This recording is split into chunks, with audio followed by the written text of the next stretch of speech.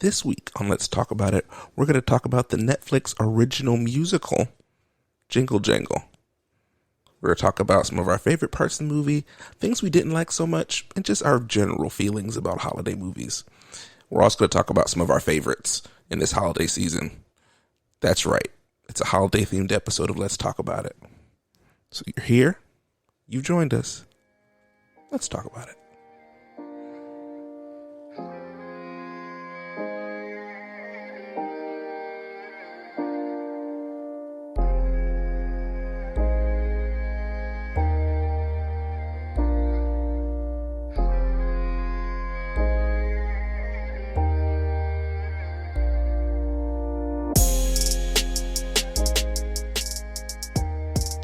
Well, hello there. Good morning. Thanks for listening to Let's Talk About It. I'm Malcolm. I'm Micah. How are you feeling on this wonderful evening, my love? Oh, disoriented, tired. Those aren't the same thing? No. Those aren't normal feelings? I thought that was just like part of being an adult. More importantly, how are you? I'm doing all right. I'm tired as well. Nice. It's been a workful week, Full of work. Full of work. The life of a creative entrepreneur, business owner, whatever never ends. Just find little moments of respite where you can find them. You can just try to be uncreative, right? Yeah, I've been quite good at that over the last couple weeks. So it's really helpful. It's really You can't be uncreative. Yes, I can. It's a part of you. It's very possible. It's very possible. When I'm stressed. Oh. Yeah, I don't feel very creative when I'm stressed. Yeah, that's true. But I still think you're awesome. Oh, thank you. I think you're awesomer. Or awesomest. So the competition can end with me. Thank you. Oh, there we go. I win. I'm a winner. Hey guys. I don't know if you guys are still listening. If you are, thank you for sticking with us as we check in on each other today. Holiday themed episode today. Yeah. We're doing it. Bamboozled my wife into doing a holiday themed episode. You did, didn't you? It's been good stuff. Mm-hmm. So let's just jump right in. Why don't we? Jingle Jangle. Jingle, Netflix, jangle, and things. Musical sensation. Songsation. Do we want to do that whole awkward thing where we tell what the movie's about before we talk about it? I think I have derailed that task enough on this podcast. So if we do it, I'm not going to join it. So long story short, Jingle Jangle, starring Forrest Whitaker and a bunch of other people you don't know. Keegan-Michael Key is in it. And the formidable, beautiful. Yeah. She's in it for she's in it for like 4 minutes. Whoa. Combined. Cool it. She was amazing. Alicia Rashad was amazing. For all 30 seconds. She's in there for 37 seconds. That's all we needed. But yeah, so it's about this inventor named Jeronicus Jangle. Mm-hmm. The greatest inventor in all the land. He is. The creative's creative, if you will. If you will. He just, has this way of creating all these gadgets, and so he has a shop called Jangle and Things. Jangle and Things. Which we affectionately call Jangle and Things. Jangle and Things. And he has an apprentice named Gustafson. Yep. Not able to pronounce that very well. Mm-hmm. And the way it begins is Jeronicus receives some mysterious substance in the mail that he's apparently been waiting for his entire life. Mm-hmm. And when he receives it, of course, because it's a musical, he breaks out in a song. But can I call him Little G? Gustafson? I cannot pronounce I think we could fast forward through a lot of the minute details. So no, but I think that's important. Okay, because what had happened is Gustafson was trying to get Jeronicus's attention. Mm-hmm.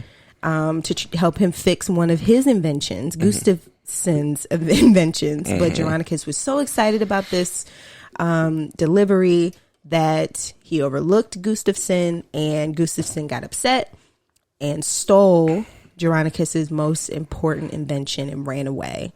and all of his book of inventions as well. All of his blueprints, he took those with him too.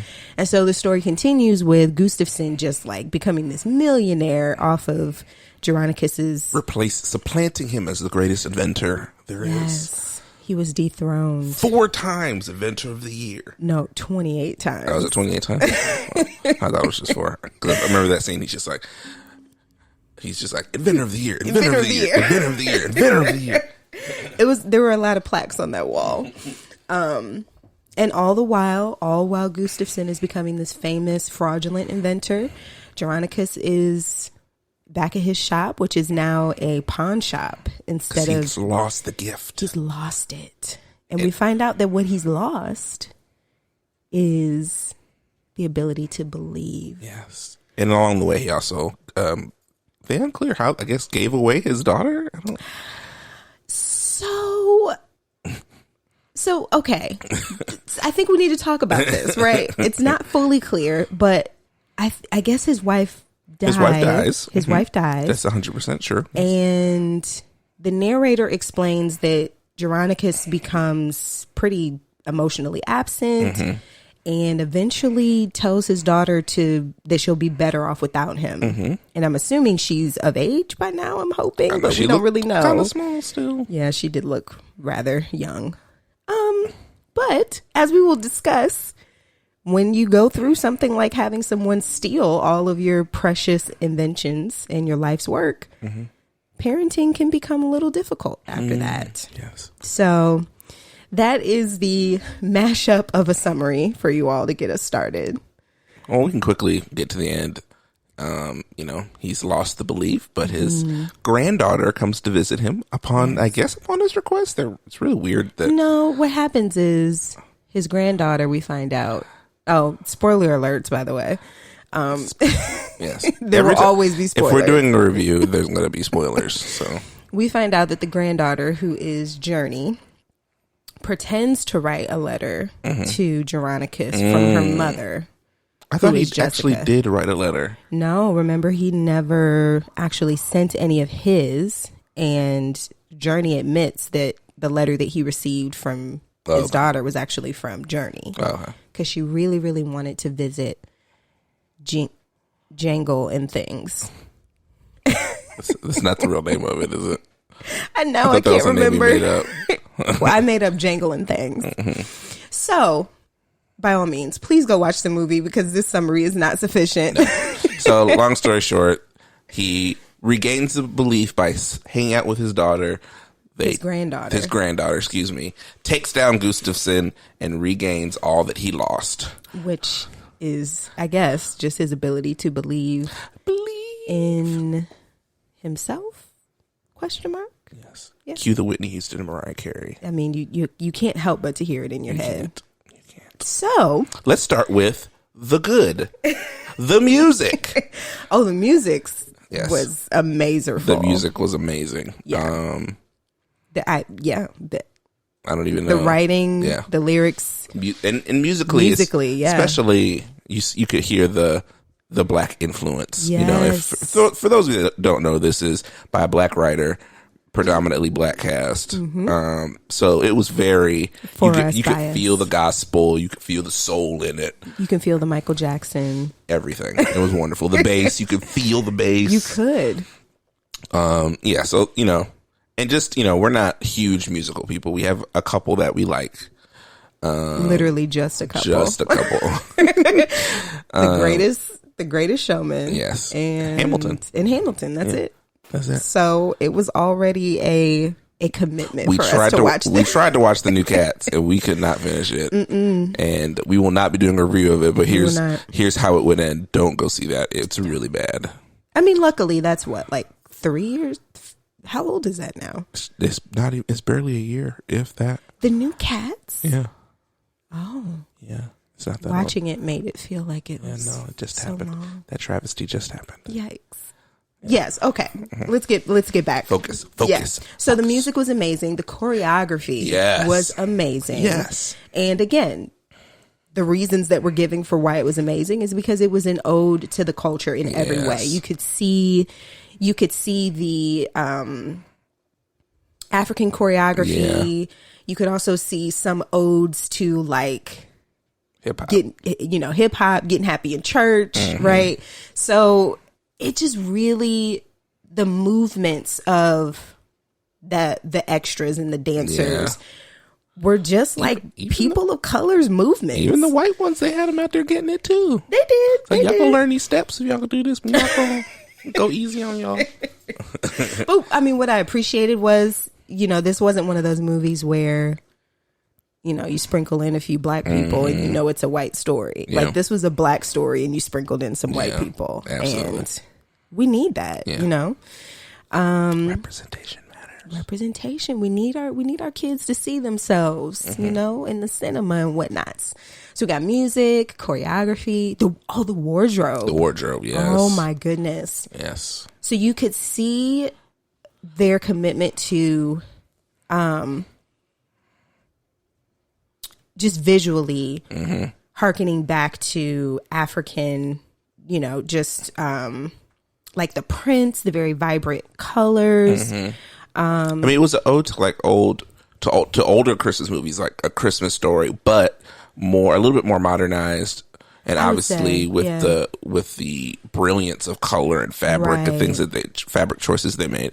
It's an ode to that stylistically, but like I don't know how else to describe it, but when you're watching the scenes, it reminds me a little bit of when you go to like Disney World and you like go through Harry Potter World. Like, absolutely. It looks like very authentic and real. And then you add to that the people, the way they styled them. Whoever did the styling and the wardrobe in this movie deserves an award. They do.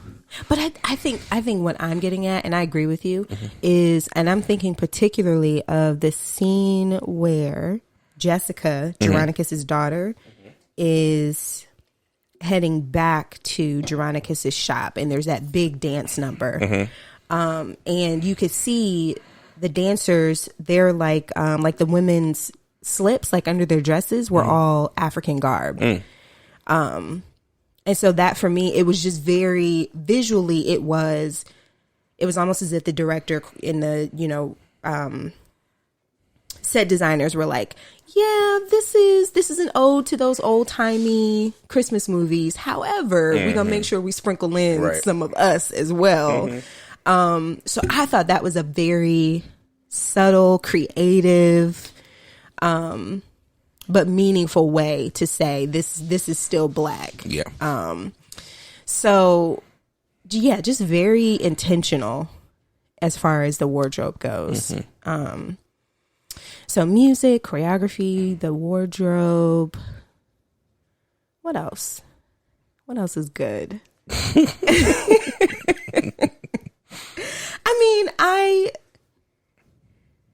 The acting was cute. You couldn't help but, what was the main actress's name? Is it Madeline Mills, who played Journey? My goodness. She acted her face off, and she could sing.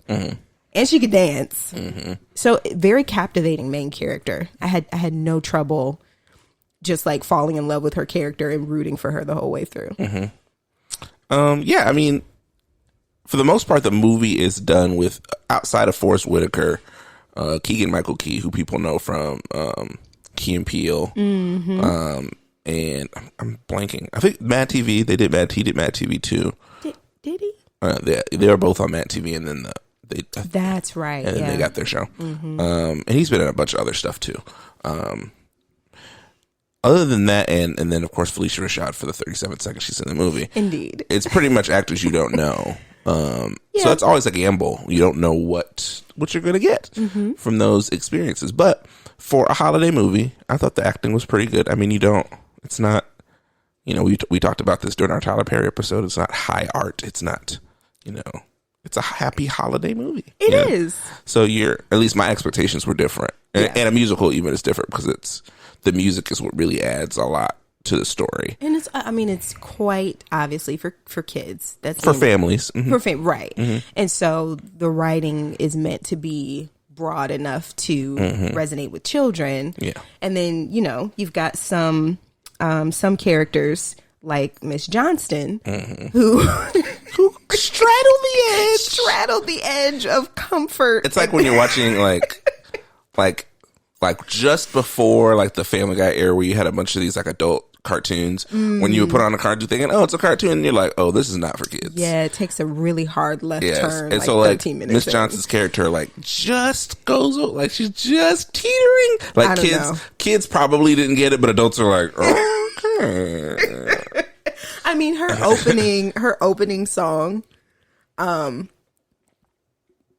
mean, like, don't get me wrong. First of all, her outfits, she can slide all of those into my closet because those were cute. Okay. And I mean, she was fun. So it's not, I mean, her acting was on point. Yeah. She was obviously there for comedic relief, right? So it's not even about that. But like, she was pretty much throwing herself at. She absolutely was. She absolutely was. I'm sorry, she called him Jerry. And all he wanted was to be called his name the whole movie. But he needed a nickname pretty badly. He did. Geronicus is... it's a lot to say. It's a lot to say. Geronicus, Jangle, really? You gonna make me say all that? Yes, they are. And they did. Edison had it right. Professor. So yeah, I mean, you know, that captures... you know, from Edison's character, who's clearly like, this is the best friend that all little kids want to have, to Miss Johnston, who resonates with all adults who have had their eyes on their, like, their person, and they're just waiting for them to fall in love with them too. But she was about to go get her man. She made that very clear. Yes, so she made several attempts to get her man. She was fun. So yeah, so the acting was good. And I would even say, okay, remind me who wrote it. David Talbert. So you actually clued me in on, I missed the Talbert era, which you explained was kind of, was it contemporary with Perry? It's hard to tell because when Tyler Perry came out, it was like everything, it just seemed like everything was Tyler Perry. Yeah. But I think David, he existed in that, maybe precedes. That's what I was thinking. A little bit. I mean, if you don't know, David Talbert is also known for the stage plays that he did, and a lot of them you would see like on BET Sunday afternoons after church. You come home, and if BET was on from when you were watching Bobby Jones in the morning, it was probably either Baby Boy or David Talbert plays on the television when you got home. I am so upset with how accurate that is. That's like most of my teenage years. Just Baby Boy. And you come home and you're like, why is this on the television? Oh, we were watching Bobby Jones in Video Gospel before we left the house. There it is. Yeah. So I will say this. Not a huge fan of David Talbert plays. Never was a fan of David Talbert plays. Saw a couple on accident at somebody else's house because their TV was just on BET from earlier in the day. Not a huge fan. This is a step up from that. It is. It is a clear step up from I was pleasantly, you know, and I had to keep reminding myself this is a family movie. It's a family holiday movie. So I was like, okay, we keeping it light and bright. Right. But here's the unwritten thing you have to know about particularly holiday movies. Okay, family movies, but let's get even narrower with holiday movies. They're going to be corny. There's going to be corn in everything. I would argue, and we will get to this later on, there's one movie in particular. Okay, we will get to this that later. Is fully absent of corn. Whatever. But there's gonna be corn. There's gonna be not a whole bunch of depth. Yeah, very little substance. You watch it one time a year, maybe twice. Come back to it the next year. You got to be able to digest it easily. I mean, except for Christmas Carol 2, I'd say was the original Christmas Carol. Yeah. I mean, it was dark. Yes, that was a little dark. That was a little dark. Yes. But other than those two, yes. I agree. So yeah, the bar has to be different for a holiday movie because they're trying to pack wholesome family fun stuff and holiday stuff. And depending on your audience, maybe it's religious, maybe it's not. Maybe it's not. So we got to like make this all so it hits all demographics. Everybody will be happy. Kids will have something to laugh about and sing after it's over. But at the end of it, they'll understand that Christmas is not about the presents. It's about your heart. It's about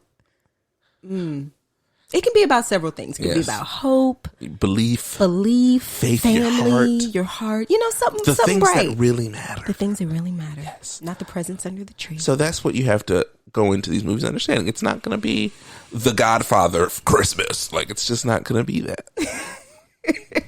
Noted. And I appreciated you reminding me of that. Otherwise, I think I would have been too hard on the movie. That's true. So here's what I will say. Talbert dropped in some nuggets. Okay, so let's go over some of these nuggets real quick. So there's some jangles and things. There's some jangles and things. So what I appreciated is that it wasn't just, so of course at the end, the act of believing is what gave Geronicus back his power to invent things, right? But I think there was a very noticeable commentary on how important healing his family was to being able to believe again. And so it wasn't like he went up to his, attic one day and clicked his heels 3 times and was like, I believe. But you had this hour of a journey where he reunited with his granddaughter, or I guess met his granddaughter for the first time. Learned how to love her and affirm her, reunited with his daughter, said, I'm sorry, which was a very impactful moment. I think a lot of like Black adult children were sitting there like, I've been waiting for my dad to say, I'm sorry for my whole life, so he goes through that and then he was able to believe. So I thought, I was like, okay, I appreciate that. I'll give him that. Yeah. And then, we talked about it when we were watching the movie. I think we might have taken a break to like do a bathroom break the first time we watched it with some friends of ours. And you're talking about, this better not end with him just believing and everything is fine. And I would say that that's not the only thing that happened. I think there was a strong correlation between believing but also doing work. He still had to do his calculations. He still, no matter, what he needed to do to invent things, there was still the work that he needed to do to get it done. It wasn't just, I can do it because in my mind, I know I can. No, I actually got to like write this out and get the formula and get these pieces, get the right ingredients and make it, and then believe, and then it will happen. which I think is a very refreshing, acknowledgement of something that's important to the culture of people of color, right? Like, we know that it's not just believing that you're entitled to something and then you get it. Faith without works is dead. Faith, shata. Faith without works. Like, we know that, right? Yeah. And I appreciated that was in the movie. And I think there was even a point in the beginning where shortly after Gustafsson stole Geronicus's inventions that the narrator was like, Geronicus felt something was missing, but he kept working. And I was like, wow, like that's something I want my future kids to, hear in some movies. Right. So there was that. I think too, I appreciated Talbert's acknowledgement of what trauma can do to someone's creativity, to someone's ability to love. Yeah. So just to backtrack a little bit about the story. So he loses all of his inventions, his main ingredient, all of this stuff. But his family is still with him. But then his wife gets sick and dies not long after that. So not only does he lose the ability to create, he loses his wife in the process. Yeah. So he's grieving the loss, potential loss of his business, the loss of his, means of income, and then he loses his partner. Yeah. So that is where the compound trauma it's a lot that you're talking about comes in. So continue. Sorry. Yeah. And so, I mean, you can't help but to feel for Geronicus, right? Like he ends up as this recluse of a man who's just trying to make a living after all this trauma. And he becomes blinded to what love feels like and what it feels like to love people back, to the point of pushing his daughter effectively out of his life. Yeah. And so I think it was a very empathetic treatment of like, this is what trauma does. Yeah. And we see it in real life, and it's okay to just acknowledge that folks go through a lot of stuff and they end up having some seemingly permanent damage. However, right, there's the big pivot that when your family comes around you and they love you and they believe in you, and this could be created family or biological family, right? So I thought that was a very, I don't know, I just enjoyed seeing that message in a movie. Yeah. It added some complexity alongside of all the holiday brightness. Yeah, I think you look at like Edison's character in the movie. Oh, Edison. He is I guess Andronicus's apprentice after everything has kind of fallen apart and the store is now a pawn shop. He still sees him as that inventor, even though he hasn't invented anything. That'll preach. Yikes. He still sees the pawn shop, what is now a pawn shop, as that toy store, that imaginative, wonderful place it was in its heyday.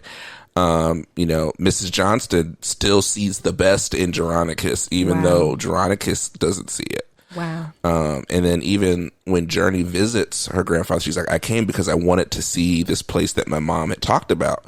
And she still believed, even though she's coming at it at its lowest point. So that's, to reinforce what you were talking about, that's important for any of us, that even when we can't believe, to be surrounded by people who do believe, so that when you finally get to the point that you can believe again. I'm sorry, this is doing something to me. You got to surround yourself with the right people, If you hang out with losers. Oh, whoa. See, now we got to stop and explain the reference. No, we don't. Yes, we do. No, Okay, y'all. That's an ode to a radio show commercial in Columbus, Ohio. We not trying to tell folks not to hang out with folks. Yes. But what I will say is just trying to acknowledge the very cultural texture of this movie. That is a very anti-individualism message, right? Yeah. This idea that you don't just create this narrative of yourself out of thin air and embark on a manifest destiny of entitlement. It's this message that you need people to affirm you, especially when you've been through a lot. People say to you, like, I know you're going through a hard time, but we're a community, we're a family, and we see the best in you even when you don't. And again, I would love for my future kids to see that in a movie, right? Right. So I don't know, kind of like we said earlier, Talbert had, he's had a history that, we don't find ourselves going to seek out his older stuff. But I will say that this was a really nice, reinvention of his work. So this is what I will say. Everything was good until it just got a little too. There's just some loose ends at the end that I did not like. Well, you had to tie everything up without tying everything up. So there's at the end of the movie, Felicia Rashad. Felicia Rashad is reading this story to her what we assume are grandkids. We had to draw out the family tree to figure out who they were. And she reveals that she is Journey, the Geronicus's granddaughter. But what she does is show the kids her hair, which is in the same hairstyle that Journey wore throughout the movie. But under her locks. Under her locks, for one. Two, then the kids look at the hairstyle and go, oh my gosh, Grandma, your Journey? But they've never seen the hairstyle. They weren't even a twinkle. They weren't even... Yeah. So I didn't, when we watched it again today, I was like, I don't understand what that is supposed to signify. No. But it's for families. It is for families. And kids are not going to turn to their parents. But I think it could have been great without, we didn't need that extra. It could have been. If she just sat there and looked at them. Or broken the fourth wall and looked at the camera and winked at us. Or, did a little calculation in the air or something. She would have, then we could have had that same moment, but way more sense making. Sense making. Yeah. Them kids don't know how you wore your hair back in the day. They don't. They've never seen it. I don't even know if during the course of her telling the story, if she paused and said, it's really important. Here's how this girl wore her hair. It's very important. It's very important. She did these blue ribbons and beads with gold beads. Yeah, no. So yeah, there was that inconsistency. Or would that be an inconsistency? Yeah. I don't know if it's inconsistency. It's just not. Yeah, it's not well done. Yeah. So the other thing that I will say is there was this absolutely adorable moment between Edison and Journey. Oh gosh. Okay, no, I need to talk about this with the people.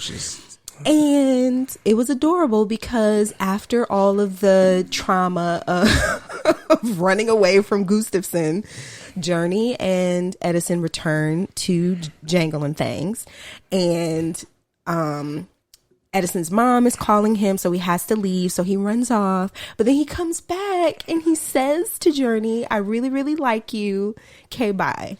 And it was adorable. And everyone knows that when that happens, when the fast forward comes, then that means that they got married in the future, right? Like we all know this. And Talbot didn't give us that.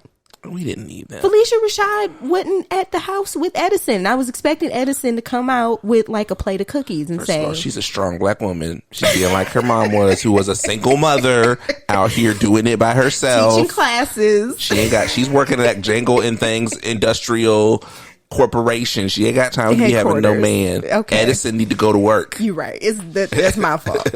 I needed to just put my hopes away. My bad.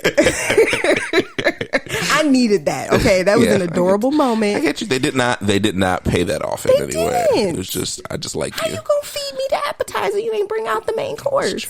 That's true. So that was my thing. Yeah. But overall, I would definitely. There are some lines that we should. I can't remember. There's one when they're in the tunnel. Yes. However much, whether you believe you can or you can't, you're right. And I was like, Oh, and there was another one where Geronicus told his granddaughter that if you see something that everyone else doesn't see, don't stop believing that you see it, or something like that. Yeah, there was a couple that I was like, ooh. And I was like, we could have looked at that. We didn't have to do that. Yeah. You might want to get medicated if that's the case. Not necessarily medicated, but I want my kids to let me know if you see something that I can't see. Just let me know. If you see something, say something. If you see something, say something. That works in all situations. One of my favorite lines though is when he, okay, hurry back, as slow as you want. Oh, that was fantastic. But overall, I would greatly and I would highly suggest this movie, particularly for families. Your kids will enjoy it. You'll enjoy it. It'll be a fun time. It will be. Yeah, it's very worth it. Yes, we're just we give we give you the full take. Give you the full take. We do, but we really enjoyed the movie. Get the soundtrack. Yes, it's great music. Here's my okay. One more thing. It's barely a Christmas movie. Really? It's barely a Christmas movie. It's only a Christmas movie because it appears she's reading the story at Christmas and the movie ends on Christmas Day. But other than that, there's no But that's all you need. No, there has to be some holiday tie-in. What else? You know, not. So then what is it? It's a winter movie? It's gotta be centered around some kind of family gathering or something. Like it wasn't. No. Journey and her pseudo great grandkids. You take the Christmas part out of it, and it doesn't change the movie. Yeah. Okay, I'll give you that. This could have been around Easter. This could have been Martin Luther King Day. It could have been anything. Well, good. Now we can watch it on all them days too. So thank you, Talbot, for making You're welcome. Thank you, David Talbot. We will still only watch it on Christmas. So yeah, we've talked about this movie obviously a lot, but we'd love to hear what you guys have to say about it. Yes. So use the hashtag I always do that. Hashtag talk about it POD on Twitter. We want to hear what you think about the movie, what you liked, what you didn't like, and we'd love to have that conversation with you. The conversation starts here, but it continues out there in the world. So we're going to continue our movie conversation by talking about our favorite holiday movie or movies. See how deep we get into this. So we both have two very different movies that are probably our favorite. Micah, let the people know what your favorite holiday movie is. The Grinch, particularly with Jim Carrey. as the Grinch. The Christmas horror movie.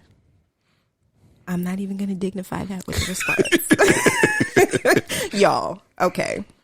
I love this movie so much that regardless of what time of year it is, if I'm having a bad day, I'm throwing on some Grinch. It's true. Okay. I can confirm that. The story is solid, right? You have a young boy who all he wanted, which is all everyone wants, is to be loved, and his whole community rejected him. So what did he do? He climbed up in the mountains and said, well, fine then. I don't need none of y'all. And he grew up into this green, broken, sad and lonely, evil. Angry. Evil. No, he's not evil. He's angry and he's hurt. Okay? And he has a dog named Max who is faithful to him through everything. And he gets triggered, y'all. This was a trauma trigger for him. He sees this big old tree coming up in Whoville. And he was like, you know what? I remember how they treated me. I'm about to steal all their Christmases. But who came and offered some redemption to him? Cindy Lou Who. She saw him as someone who needed to be loved and needed to be welcomed. And that's what she did. Okay. So this is a story that everybody can resonate with. Okay. It's got solid music. Where Are You Christmas? I mean, come on. Like, that's a classic.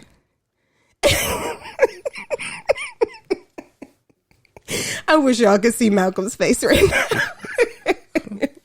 Okay, I realize The Grinch is an acquired taste, but I absolutely love the movie, and I may go watch it tomorrow. So you may watch it tonight. I think you're right. I am not a huge fan of The Grinch. I honestly do not care, but the fact that Michael loves it so much makes me want to like take a hard stance against it. But I really Yes, it does. I really don't have a hard stance. I don't like the Jim Carrey version of the movie. Oh my goodness, he is scary to me. That is not for kids.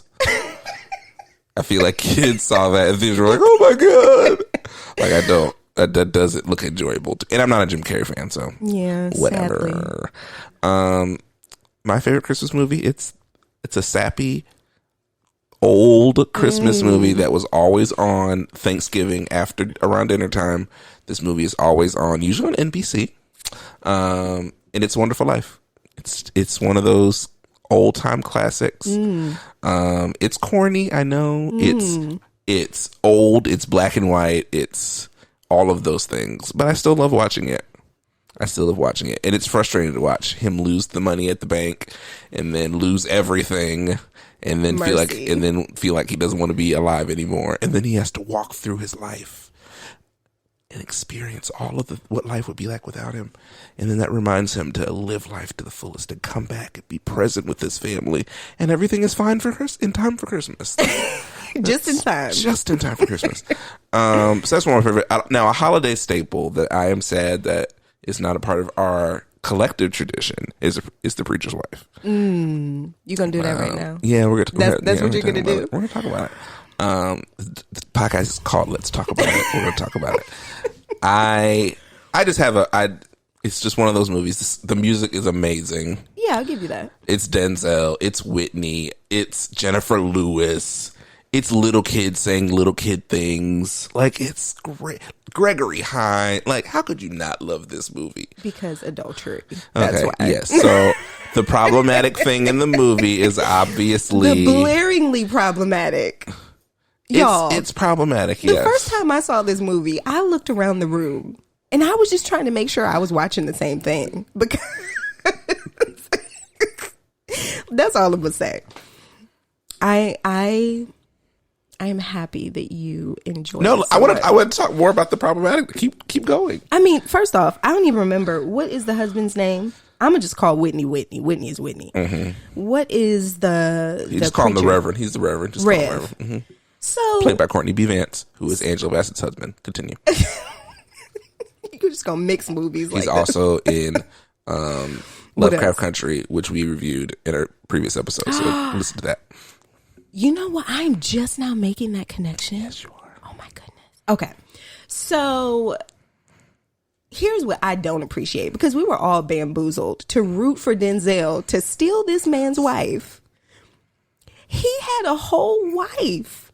that he decided to let go off dancing with Denzel. Yeah, that's the real crime right there. The crime is that he sent Denzel on a date with his wife. You sent Denzel Washington, a man that looks and acts like Denzel Washington, on a date with your wife? No, don't blame the victim. Denzel shouldn't have known. He should have known better. He should be paying attention to his wife. He was scheming. Denzel, you're going to drop from the sky. The whole movie, Whitney is begging for his attention. His son is begging for his attention. What does he do?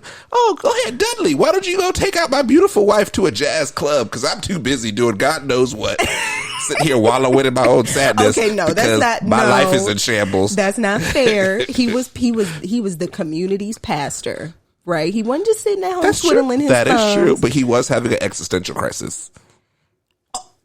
Even more reason for Denzel not to be coming down scheming. That's when you need to go out with your wife. You don't need to be sending her off somewhere. There you go, folks. Your existential crisis is about to get worse. If you're having an existential crisis, get closer to your spouse. You're welcome. That is our advice for today. That is my free marriage advice for the day. Which is actually really good advice. But all of that to say, I don't appreciate being hoodwinked into root, and you can't help but to root for Denzel. I mean, Denzel. So their babies would be amazing. They would be. They would be. I can't disagree with you. They would be high singing, great acting, great looking, just the whole package. It wasn't fair. Finger pointing. It was not fair, And so I don't appreciate being manipulated that way. And I take a stand. I take a stand against this. I get it. I still don't understand why Courtney B. Vance treated him that way. I also want to know what denomination their church was, because he thought the denomination sent somebody to help him. So what denomination are they supposed to be? Wouldn't that be AME? Maybe. That feels Do we know AME. what the name of the church is? No, I don't remember. Okay, in my defense, y'all, let me bring in this disclaimer. I never watched this movie as a child, so I don't really. So many questions. Denzel shows up and they just assume he was sent from the denomination. I was like, oh, so y'all just get help like that, huh? That would be nice. That would be nice. if it all worked that way. But it's one of those, and then of course, I mean, the soundtrack is it's solid. It's just, I can't argue so with you there. It's prime, just Whitney at her best. We get her singing jazz stuff. We get her singing gospel. It's great. Lionel Richie does a cameo and plays piano. It's great. Gregory Hines, except for the problematic messaging. And by the way, this is like Jennifer Lewis, like at her best. That's true in this movie. Yeah. Wow. She is great in this movie. It's so great. There's some sad moments when the water heater goes out at the church. Yikes. When a little kid, when the kid gets arrested and has to spend time in jail around Christmas. It's like, man. But it's one of those movies that is just it's part of Christmas. Yeah. And I remember growing up, it's the one movie that my grandmother had on I believe it was VHS tape. It was the one movie. VHS. So you go to her house and you wanted to watch a movie. It was A Preacher's Wife was it? or not. And then the next movie after that was Steve Harvey's Dope Trip. Yo. When she saw it for the first time, I wish I could bottle up. I have never seen my grandmother laugh like that in her life. In my life, in anyone's life. She's got good taste. She is just tears. It's a solid production. We got that movie. She had two movies, Preacher's Wife and Steve Harvey, Dope Trip. I mean, I think that's a solid diet. It's an interesting diet. I'll tell you that right now. Any other Christmas movies in here? Nope. You don't like Nightmare Before Christmas? I think I've grown out of it. It is barely a Christmas movie. Yeah, it's kind of a Halloween, Thanksgiving, Christmas amalgamation.